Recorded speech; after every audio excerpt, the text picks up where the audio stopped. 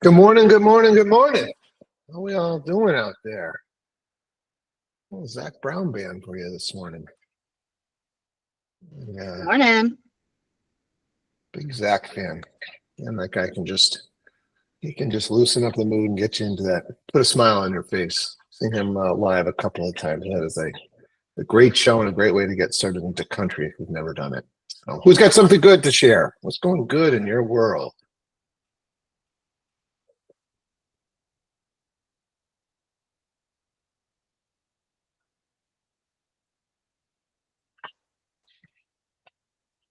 Our Mondays were that good, huh?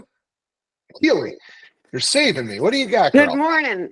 So about 6:30 last night, I got a call from, it was just I wasn't going to answer because I didn't recognize the number, but I answered, and it was a gentleman in Wales, Mass, who's got 4 acres, and he said, "Hey, listen, I see you listed a property, around here," and he said, "I just have this lot, and I didn't know if you could just list it for me." So that was nice. And you've got some experience with some land stuff. You know, Yeah, you know yeah. how to fix, yeah, you know how to figure out if this guy's legit Oh or yeah. not, right? Yeah. Yeah, Well, then I yeah. asked him, "What's your email? Do you have an email that I could, that we can use?" And then he's like, he's a country bumpkin guy, he's like, "I don't have an email." And I'm like, "All right." And he said, "This is all I have here is my what do you call it, machine, answering machine." He's going to ask you to fax over the listing paperwork. So I'm like, "Okay, hey, listen, we'll get together, and if this is what you want to do, and we'll sit down. I'll print everything out, and then we could do it that way." He's like, "I think that would be better." So. Yeah.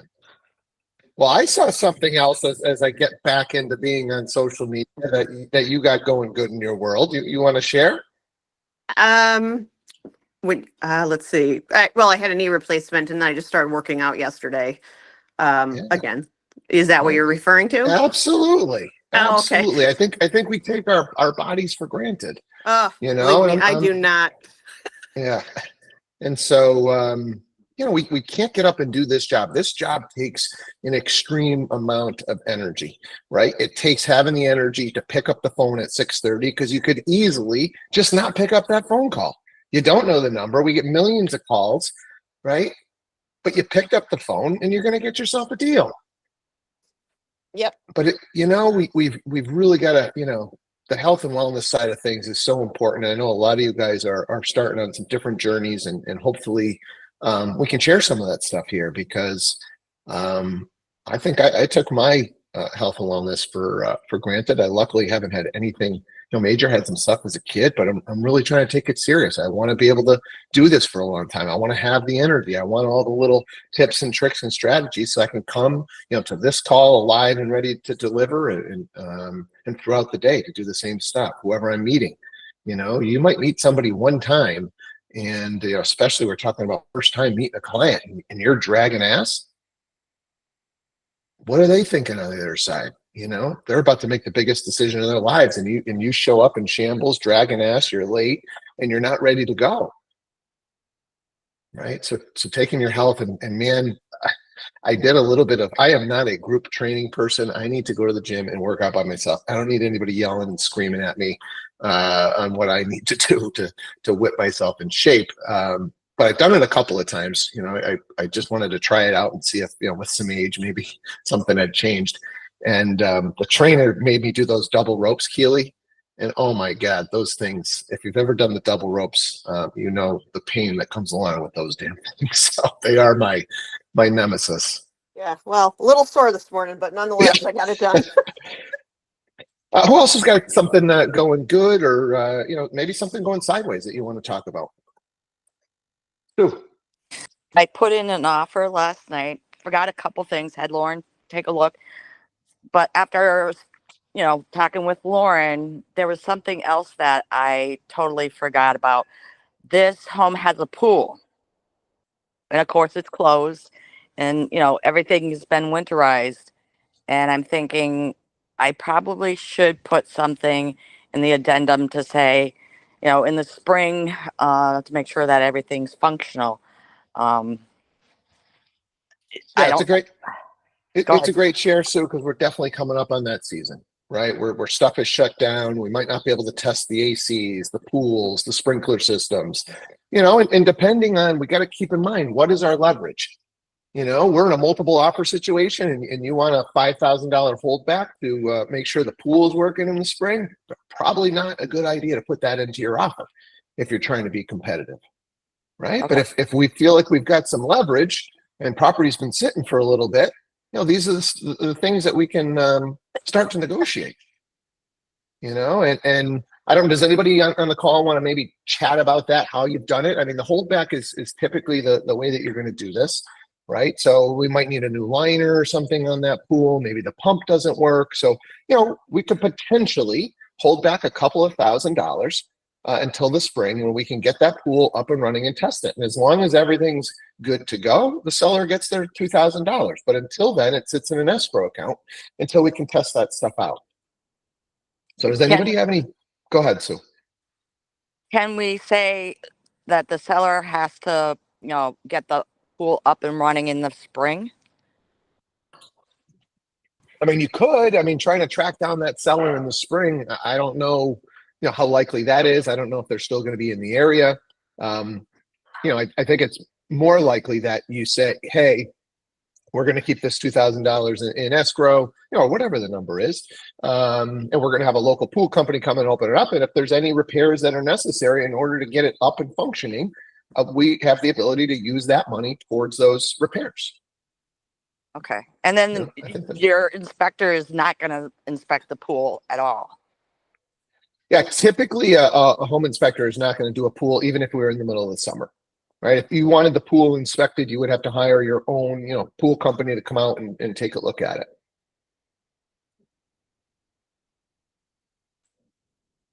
What we're trying to do is make sure that we've got documentation when we're putting deals together. This is obviously New England stuff. When we're putting deals together around this time of the year, to make sure that stuff was properly taken care of. Was the pool properly closed down by a pool company? Was the sprinkler system properly winterized for the season? Did those things happen? If those things happen, you're probably in good shape. And we've got a report. And these are the types of things that I think if you're representing a seller, and it's coming into this season, we want to try and get that stuff documented. Could I ask I think I could ask the seller's agent for any paperwork that they had the pool closed professionally, correct?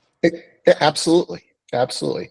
And Chris, I just put in the chat here, definitely by a professional. The fact that the homeowner closed it down, probably not what we're looking for. Again, it's all going to come down to if you have the leverage or not. If you're in a multiple offer situation, the seller says, I close my pool down every year. I've been doing it for 20 years. It was closed down properly. And you're trying to argue that, well, I want to see documentation that a professional pool company closed it or we're not moving forward. Probably not likely that you're going to be able to put that deal together. Amber had just put in the chat here that Sherwood does do pool inspections. And then Meg is dropping in the chat too, just asking for a history of service records. Right? Is the pool getting serviced? Is it getting closed and opened every year by a professional? Now, just because it's done by the homeowner doesn't mean it was done poorly. I've had some sellers that are just pool studs. They live and die by that pool. They take their measurements and everything is perfect. And I've had others that, clearly they weren't putting the time and effort and energy into their pool. Anybody have any other just comments around the pools, the ACs, sprinkler systems? Those are the things that are coming to mind for me that you start to struggle to test during this times of year.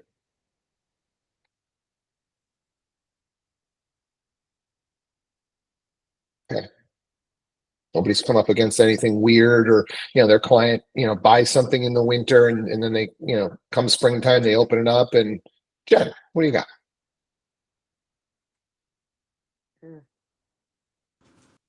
Sorry, I couldn't unmute. So I have a situation where I have a buyer and we are in the process of repairs and things came up such as the entire septic tank needs to be removed and a new one installed. And I have a feeling, I know they're going to do it, but I have a feeling they're going to say they want to just give the money, put it into escrow, and let my buyers take care of it. If that is the situation, I want to put verbiage in there that they'll take care of everything that it takes, up to whatever amount. I'm not going to put a dollar amount on it, you know. So, so typically what we see in these situations is we get estimates and we'll escrow 1.5 times the amount that it's going to take. That way there, if the estimator somehow missed something or something additional needs to be done, right? So can we get 2 or 3 estimates? What's this going to cost? It's going to cost 10 grand. So in escrow, we're going to put 15,000, right? How does that sound? Does that work for you in your situation? Yeah, I mean, so it hasn't happened yet. I got the report and I actually know the seller. So she was actually talking to me when I was there for the inspection. She's like, yeah, so I'm hoping your buyer will blah, blah, blah. And I'm just like, not saying anything. Yeah. So And I guess why, if they're willing to pay for it, why aren't they willing to, do it prior to close, right? And so I'm not expecting them to spend the money right now, and then maybe your buyer backs out for some other reason, or they don't get their financing or whatever. But once we've got the rest of the inspections are done, we've got the appraisal is in and it's good, right? And now we're a week prior to close. We should be able to find a contractor that is then willing to do the work. So the sellers, in case, because a lot of times the sellers don't actually have the $10,000 sitting in a bank account, but they've got, $400,000 of equity sitting in their house. So they'll say, hey, we got to find a contractor that'll do the work once we know we've got ourselves a deal, and then just get paid at the closing. So I think if we could structure it that way, and then we're not dealing with stuff post-closing, we don't have to do the 1.5 times in the escrow and those things. I think that's a cleaner way to do it. And it doesn't stress out that seller because they don't have to come out of pocket, right? It'll come out of the closing proceeds. So literally the attorney is going to cut a check to ABC Septic System at the closing for the work that they did. Okay. All right. Yeah. What state is this, Steve? This is Connecticut. So that's why. Okay, that's yeah. what I was gonna say. Yeah. Yeah. I think so. Chris is saying, hey, if this was Massachusetts, we can't move forward. You're not going to be able to get your financing without a Title V. I'm assuming that's what she's thinking there. So if this was a Massachusetts deal, we absolutely need to get this taken care of prior to the closing. I wish. Or we can go do the escrow holdback. Some mortgage companies, or maybe even all mortgage companies, would be able to close without the Title V in hand, but with an escrow holdback. Just so you know, Steve, without a frozen ground where you can't do it, they will not do the escrow holdbacks anymore. Yeah, that makes sense, right? So what Chris is saying there is like if you can do the inspection but it's just hey, it's cold and it's late in the season, we'll just do the escrow holdback. They're not going to go for that. Like unless the ground is frozen, and just so you know, even if the ground is frozen, they can absolutely still test the system. Just going to cost more money, right? We got to bring in heavier equipment. We got to get into the ground. We got to open up that system. But you could still do it in the dead of the winter, frozen ground. You could still test that septic system.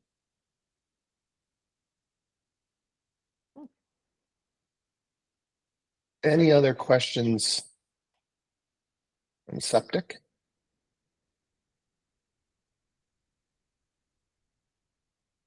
Any other questions on holdbacks?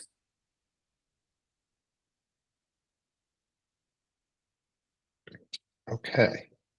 I've actually got to transition into my car because I got to head to a meeting. So I'm going to put this on my phone, and KB is going to kind of moderate the rest of the call. So I will be on, but I just got to transfer this thing. So we'll just kind of open it up and see what else is going on. KB, I had a couple of things. I don't know if Lauren is on. I'm here. Yeah, so Lauren had, if there aren't any other questions, Lauren had a couple of things come up yesterday where the seller getting sick, she had repairs at appraisal, and some issues with a difficult seller and some offers. So those are a couple of topics that I had just teed up if others don't have anything. Let me switch into the phone here. All right, awesome. What do we got, guys? Go ahead, Jen. Hey, I just noticed that Chris is on. Hi, Chris. I wanted to ask you, can I ask about that? Is that okay if I ask about like the health insurance? Is that okay? Are you talking to me, Jen? Hi, Jen. Yeah. Are you talking about the real health insurance? Yes. I was just curious. I wanted to ask you a question about that. Is I that don't something? have it. Erin, you could call Erin. She's Oh, got it. okay. Yeah, I don't have it. I still have it through my ex-husband. That was a Oh. good divorce lawyer. Oh, okay. Yeah, I just wasn't 100% sure if Mass residents can take advantage of that because of the Yes, connector. Erin has it, loves it. She says it's inexpensive, et cetera, et cetera. And actually my son Adam has it too, but I just don't have it, honey. Oh, amazing. Okay, well, thank you. Yeah, Jen, and we did verify with Joel last week that it works in all 50 states. So no issues. We should be good to go. Thank you. Yeah, I just, me, I wanted to be 100% sure. Yeah. Lauren, if nobody's got anything, you want to maybe talk on some of the issues that came up with agents yesterday? Yeah, so I'll start backwards with these, right? And we had one where we have an agent and it is their first listing, and they got one offer on the property that they have for sale. That offer came in a hot mess, right? It was on a really old REPV form, not even the one that we were just previously using before going to our forms. Dates were in the past, some of them. Nothing lined up like number wise, other than the price was 10K over that they were offering. So first of all, like we tried to communicate with them, this being the only offer, seeing if we can get an updated document on this. They had no idea what the new forms were. We provided them, I believe, a blank copy, or asked them to go to their broker to get a copy of the MAR forms. Just that way it would be very clean and clear for everybody to view. So we were able to get a clean offer written up. Like I said, 10K over only offer that this property had gotten. And the seller said, no, I don't want to take that because they're asking for buyer agent concessions. I think I can get more, send it back, tell them no, have some more open houses next weekend. And despite, the efforts of our client, this particular seller didn't want to negotiate at all. And so now we had another open house this past weekend, and I'm actually going to be reaching out to this agent again to see if anything else came in or how they're currently dealing with it. But just thought that was a fun experience for first time listing for an agent. Yes, I mean, I think, in my opinion, I don't know if anybody else has anything that they want to just throw out there, but I think that making sure that you set really realistic expectations with the seller from the beginning is going to be super important. Making sure that they do understand that there's a good chance that a buyer's agent is going to be requesting that, and kind of knowing what their bottom line is. That way you can sort of, coach them through their options in regards to whether they're, obviously going to take the offer, or if they can just, counter. You never know what a buyer's going to do if you counter. I think not countering, obviously, it kind of leaves you in the middle of nowhere. Like, I would understand, if it was an incredibly low offer, sometimes sellers do get a little bit offended by that. But, I think that sometimes if you have a savvier agent, they're able to kind of negotiate that a little bit better. So I like the idea. I'm glad that they called in to try to get some coaching on it, because there's probably some things they could have done a little bit better. One of the other things that I do want to make sure that I point out is that there is no requirement in Massachusetts for forms, right? So this sounds like the agent that was writing the offer may not have been a very savvy agent either. So just because they didn't have access to the forms that we're used to using, our agents need to make sure that they understand that they're reading the offer and they understand any additional terms or anything else that's written into the offer if it's not standard. I would call that agent. I would kind of coach them through their dates and make sure that they understand kind of where the seller would maybe be a little insecure. What was that, Keely?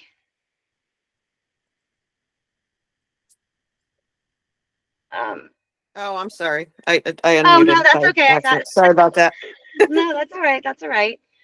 Right, but I think that that's a big piece, is just making sure that you guys understand that you're not always going to get the offer that the offer form that you're used to seeing, right? So make sure that you're reading it. You do understand all of the terms. I know those old RAPV offers had some things in there that are not included in the MAR forms, but there is no requirement to use the MAR forms. Okay, so please make sure that you guys are reading them and you understand what's in them. I think that's kind of the biggest thing in forms for me. Yeah, so that's pretty much a lot of what we went through, right? This agent didn't know. They heard that there was some new forms, but they didn't know what they were. This was actually like an old offer that they had written years ago, and they thought they had replaced all the old dates and things like that. Like who was holding escrow was some other company, not even involved with either side. It was obviously just an agent like that has kept their license. They were actually with a reputable brokerage, so it sounds like they were able to get the help there. And then from this seller standpoint is just kind of the difficulty, because they bought this house less than a year ago and they put a ton of money into it since buying it. They are being relocated due to work and some health issues that one of the sellers is having. So now they're like panicking over losing money on a property that they've had less than a year, which is where it's really coming down to. So just, a kind of difficult situation, especially when you've never dealt with listing side before. And I think that just plays into it, that you never know, if your first client is going to be the one that's way out there with the situation that they are in or how their transaction goes, or if it's going to be smooth, right? This could happen at any time. I've had agents where their first 5 transactions are situations where you rarely, if ever, deal with. And then others where the first couple just kind of go smooth. You never know what you're going to get into with a transaction.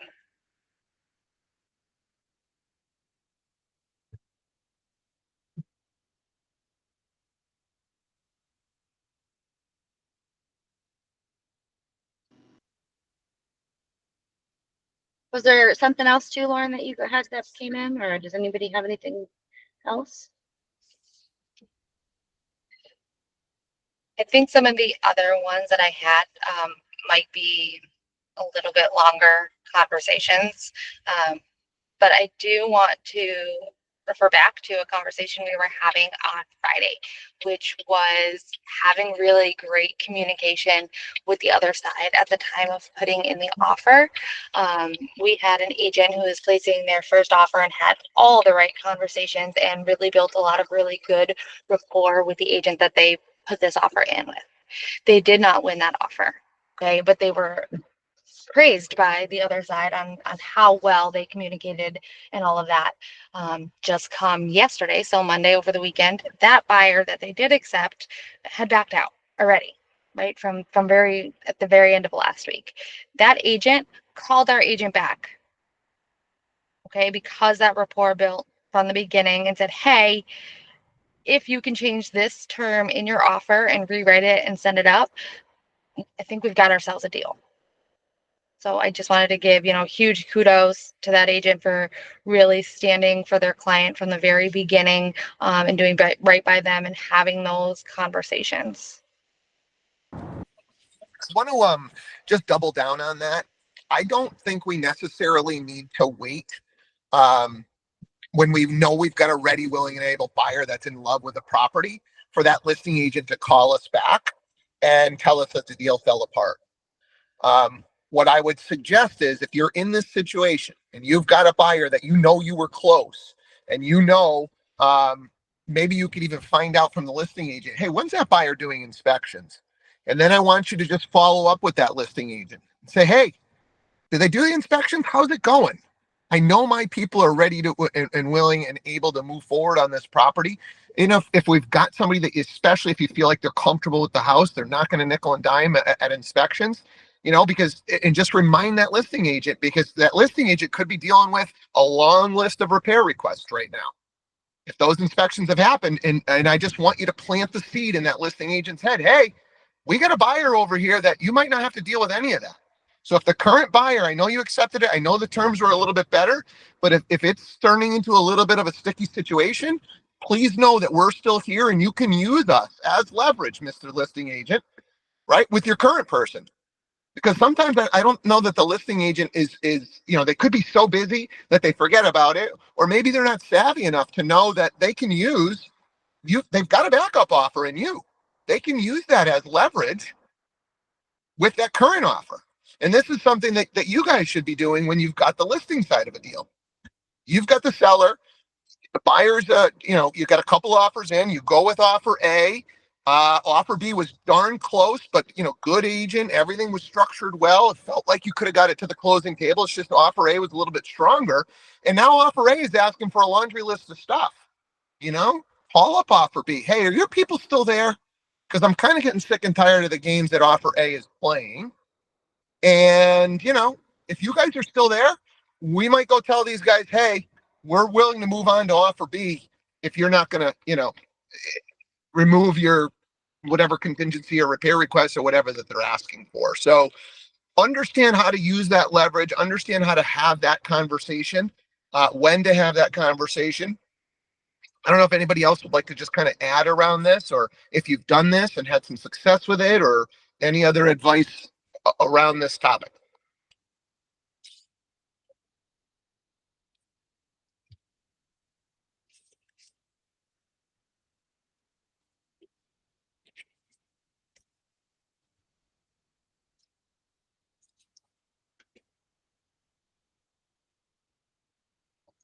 Are we confident that we can use that and we understand when to use it? Does anybody have any questions on how to deliver or execute on what I'm saying? Is my microphone on? You're on. Okay. I would love, I don't know if we've got any experienced agents that want to chime in on, kind of what I'm saying and how it works in the real world and when to Meg. So kind of a real time thing that I'm working through right now. My clients did not get their offer accepted on a property last week. It was we lost out to a cash offer, but they ended up doing inspections and found something that wasn't expected.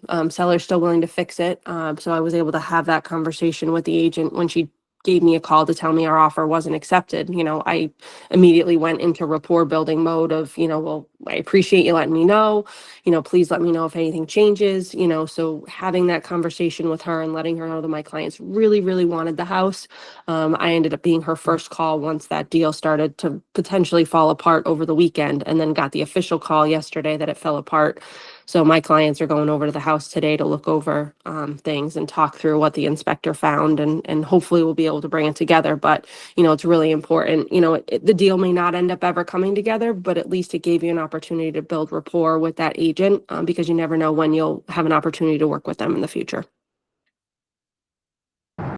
I love real-time shares like that. I appreciate you chiming in there. Anybody else want to add a little bit? This one's a really good topic, guys. This is what separates the pros from the amateurs, for sure. This is how the pros are getting, I don't know what percentage of their offers accepted. It's significantly higher than a brand new agent. Definitely a brand new agent who's not, coming to calls like this and understanding how does this really work in real time. If you're just submitting offers, you're not putting your clients in the best position to win, because it's the best agents are doing so much more than just submitting the offer to get theirs accepted.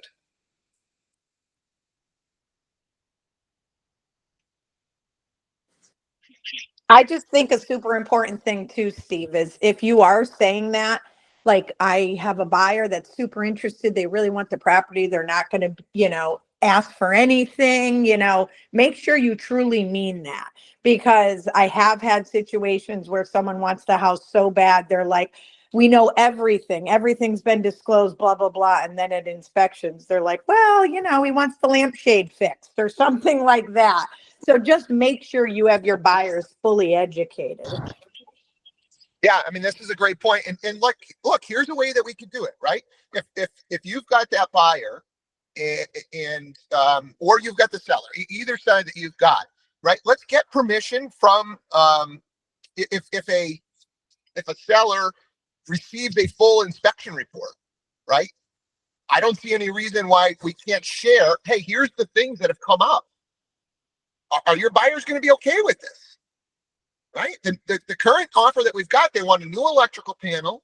They want the pump on the pool replaced, and they want, I don't know, a couple of GFCIs. And my sellers they're not doing it, So I just want you to know you're walking in with these issues. Is your buyer okay with those things? Right? So we can give as much information as necessary to put a deal together.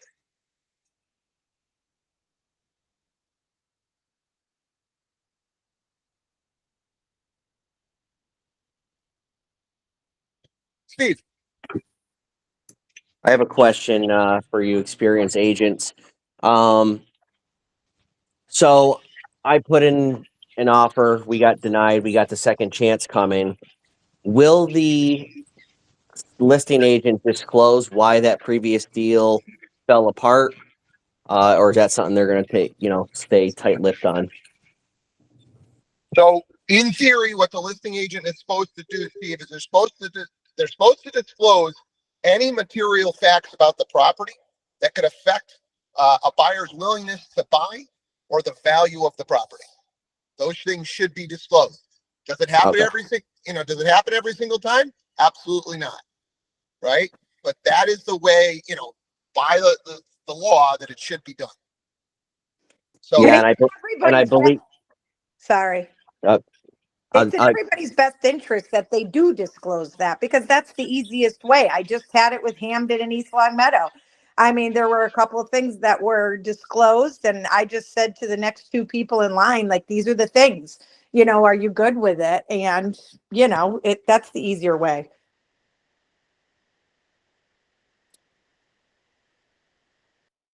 Yeah, so the issue on the situation that I had is it revolves around the garage. It's in rough shape. It needs either to be tore down or kind of like a rebuild.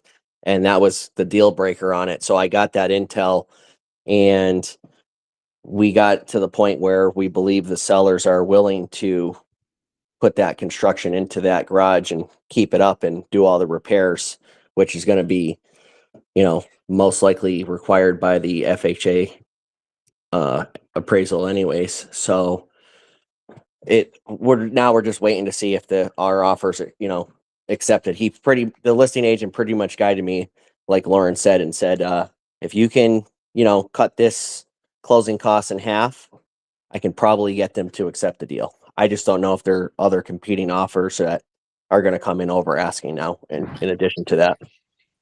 Well, Steve, a couple of things here. One, you got to act quickly. If you've got a listing agent saying, hey, if you could do this and this, we got ourselves a deal, you got to get right on the phone. You got to figure out if you can make that thing happen, and you got to get a verbal that, yes, we're moving forward, right? Because or else they're calling other people. So when you get that at bat, you got to move quick and try and get that deal secured. So that's the first thing that I wanted to comment on. The second piece that I wanted to comment on is when we've got the buyer and we've got structural mechanical issues, we do want to remind the listing agent that it's their obligation to, moving forward, disclose this information to anybody else. Right? So, hey, I get that, we're asking for the roof and you weren't planning on putting a roof, but you've now got to disclose that roof is not structurally sound moving forward to any other buyers. So don't just think, Mr. Listing agent, that you're going to be able to just slip this by on the next person. So, just reminding them that, hey, you're going to have to deal with this anyway. Could you find another buyer that's totally fine with the issue with the roof? Yeah, you might find another buyer, but at least put it in plant the seed. Hey, you've got a buyer right here, bird in hand, that's ready to move forward except for the roof, right? If you try to go to offer B right now, they might have an issue with the roof and the electrical panel. So the only thing my guy's asking for is this roof. So you know it's in your best interest. You know, you're trying to advocate for your client on why the listing agent and the seller should go with the current deal that they have in hand. Great banter today, guys, back and forth. A lot of good stuff. Hopefully you learned something, and you know, you have a couple of different ways to approach some of these difficult conversations. Appreciate you guys. Have a great Tuesday, and we will get back after it tomorrow morning. Take care. Thank you, Steve.